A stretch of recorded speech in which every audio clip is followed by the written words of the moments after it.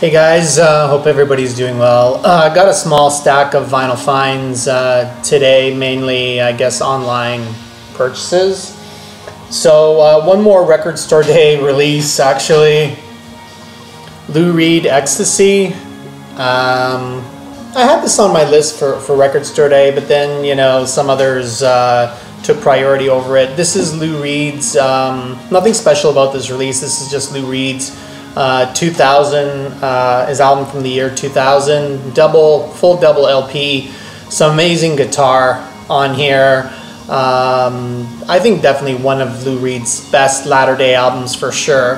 So I would highly recommend this if you like your Lou Reed a little bit on the heavier guitar-oriented side. I mean, he's always been guitar-oriented, but I find especially on this album, and this album's a little bit heavy.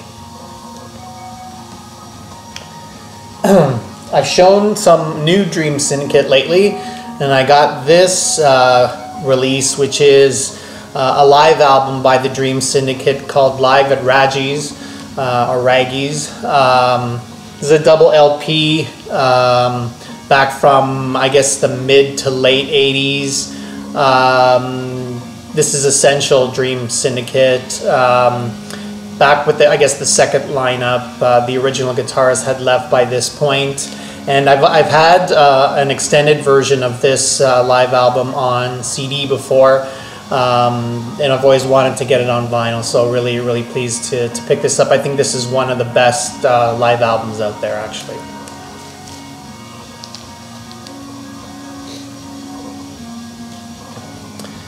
This is Yakko Gardner and the album Cabinet of Curiosities. For those of you that don't know, Yakko Gardner is from the Netherlands. This is an album back from the early 2010s. I think it's around 2013. Very neo-psych, as you can maybe tell from the cover. A lot of comparisons, and I think they're pretty accurate to Syd Barrett. Let me just read you some of the song titles here, kind of give you that vibe.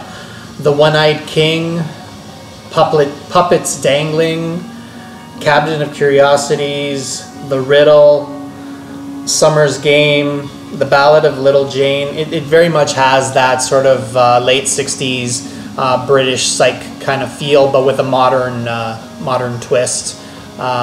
So if you're looking for some modern day Syd Barrett type kind of stuff, Yakko Gardner. He's now on his third album. His most recent album is an all-instrumental affair, which I'm not too keen on. It is a good album, but I think this is his best, his debut, Cabinet of Curiosities.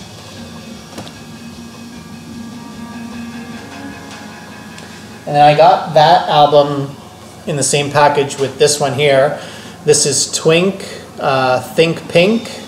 I think I've seen Vinyl Richie show this before. I'm not 100% sure. I didn't really know who this guy Twink was, but have since found out. I guess he was the drummer in a later incarnation of FSR, The Pretty Things. Yeah, and I think he was also drummer in the band Tomorrow, the psych band that had Steve Howe from Yes in it. So this one, let me just show you the vinyl on this. It's kind of nice. Sort of a white with marbled pink. I don't know how well you guys can pick up on that.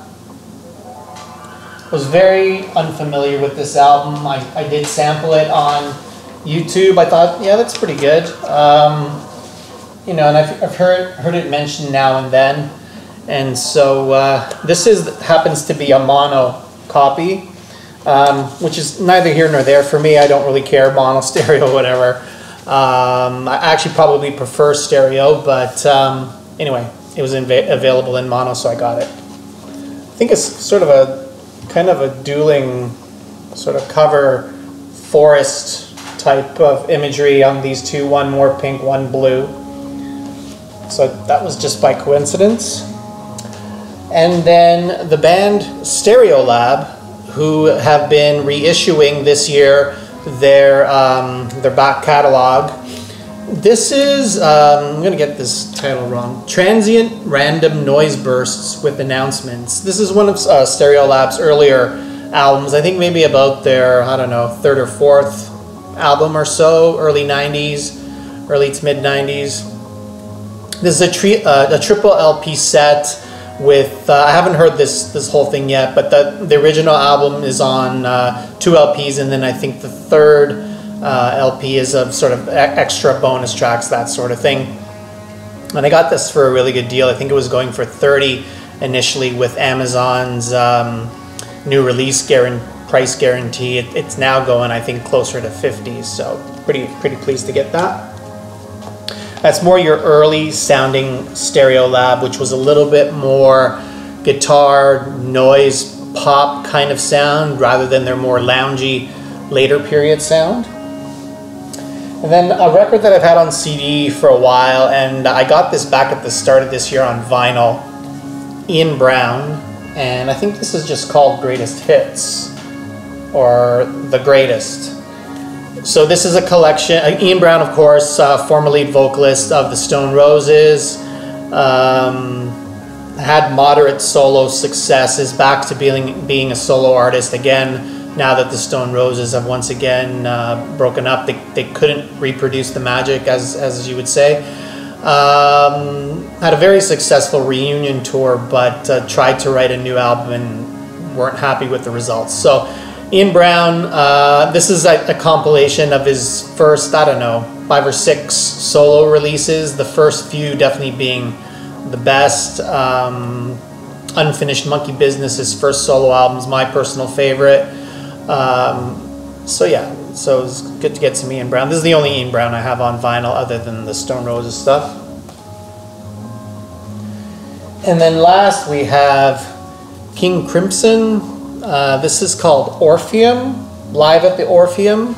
This is a single disc live album of performances back in 2014 with the, as you can see there, the new lineup back in 2014. It's since changed a little bit, but I guess the main feature of this new lineup is the front line is the 3 drummers, and then the back line is Fripp, Tony Levin on bass, Jacko Jacek on additional guitar and vocals, and Mel Collins on sax, woodwinds, flutes, that sort of thing. But you got the 3 drummers up front, but they don't play over each other, which I kind of like. I think this is, they do a good job with. Is 3 drummers necessary? No. I mean, to me, Bill Bruford was the ultimate King Crimson drummer. So these 3 guys here, you got Gavin Harrison and Pat Masteletto, the most noteworthy of the 3 that I would say. Single disc live album from 2014. There's a quadruple live in Toronto album out there, but the thing's going for like $130, $140. So this will have to do for now, unless the price of that drops. Okay guys, thanks a lot for watching. We'll see ya.